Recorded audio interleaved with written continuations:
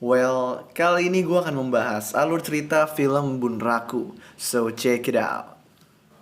Di awal film kita diceritakan kalau setelah terjadi perang global, manusia dilarang menggunakan senjata api dan juga nuklir. Karena itu, manusia berantem hanya menggunakan pedang dan tangan kosong. Orang paling berkuasa, ditakuti, dan sadis di bagian timur Atlantik yang bernama Nicola Wood Carter merupakan bos kriminal yang memiliki wilayah kekuasaan yang luas. Dia mempunyai istri yang bernama Alexandra. Nah, Nicola ini dijaga dan dibantu oleh 9 pembunuh yang dinamai The Killers, yang masing-masing juga mempunyai anak buah. Pembunuh yang paling jago dan sadis adalah nomor 2, yang merupakan kaki tangannya Nicola. Suatu hari, seorang pria misterius yang disebut Drifter datang ke sebuah bar bernama Horseless Horseman. Drifter memiliki 2 tujuan, yaitu minum dan mencari tahu tempat bermain kartu bernama Russian Roulette, yaitu tempat di mana Nicola setiap hari Jumat bermain. Tetapi, orang-orang yang minum di bar nggak suka dengannya. Lalu terjadi perkelahian yang dimenangkan dengan gampang oleh Drifter. Drifter kemudian pergi ke Russian Roulette, lalu meminta untuk bermain di meja yang sama dengan Nicola. Sayangnya untuk bermain di meja Nicola, dia membutuhkan $50.000. Jadi dia pun pergi untuk mencari uang. Di sisi lain, seorang samurai bernama Yoshi bertujuan untuk mengincar Nicola. Setelah ayahnya yang sekarat meminta untuk mengambil medali yang dinamai Dragon yang dicuri Nicola dari desanya. Yoshi meminta informasi kepada pamannya tentang keberadaan Nicola. Tetapi karena takut akan Nicola, si paman gak mau ngasih tahu.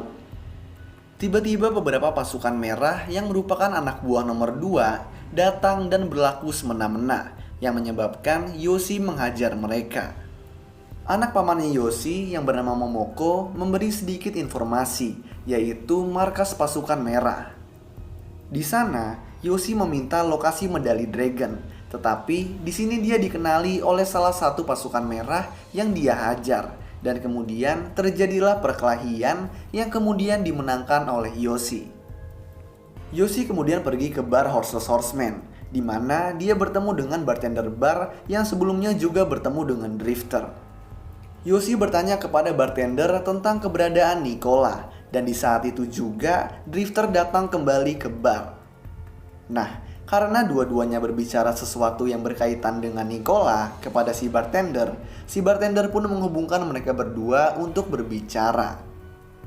Drifter mau membantu Yoshi dengan syarat dia harus meminjamkan uang $50.000. Yoshi pun langsung menolaknya.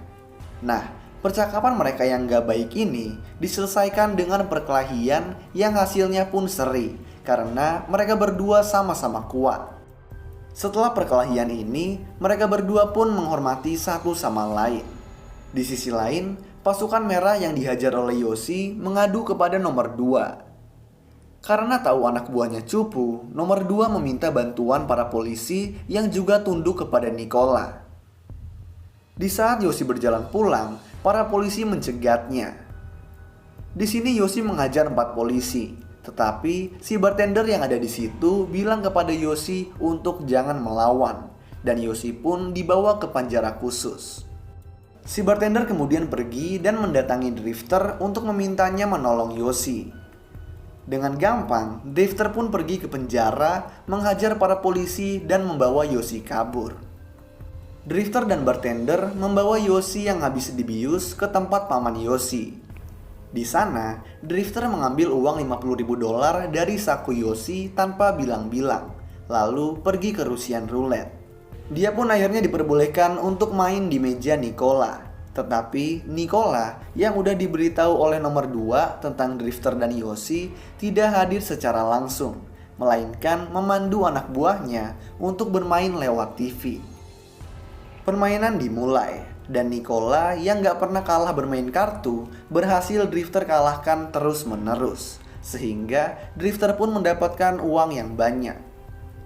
Drifter lalu meminta Nicola untuk bermain secara langsung dengannya besok malam, yang kemudian Nicola pun setujui. Drifter pergi ke Yoshi untuk mengembalikan $50.000 miliknya, lalu pergi. Tetapi Yoshi kemudian memanggilnya untuk berbicara tentang betapa berharganya medali Dragon bagi desanya dan meminta bantuan. Di sini Drifter tampaknya nggak peduli, kemudian pergi. Keesokan malamnya, Drifter pergi untuk menemui Nicola, tetapi yang datang malah para pembunuh dan anak buah mereka. Di sisi lain, bartender mengajak Yoshi pergi untuk membantu Drifter, meninggalkan pamannya dan juga Momoko.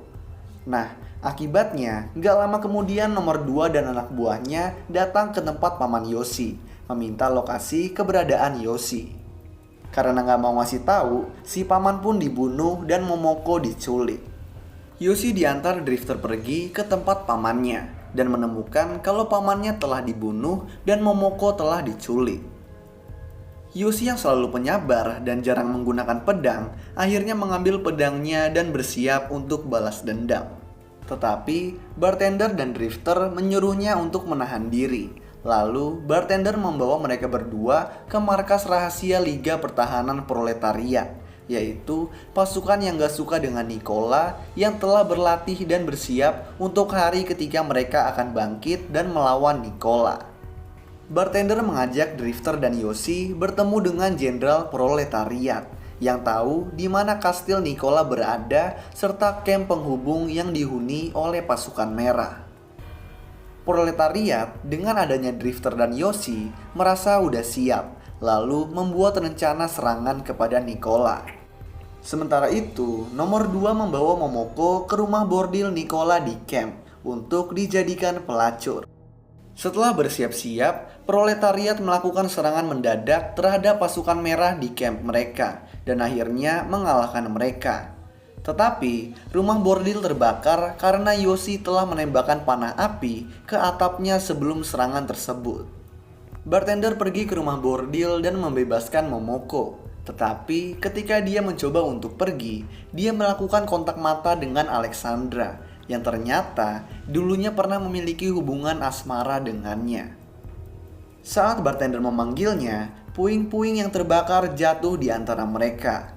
Kemudian terdengar suara teriakan Alexandra, tetapi kita nggak dikasih tahu lebih lanjut nasib si Alexandra.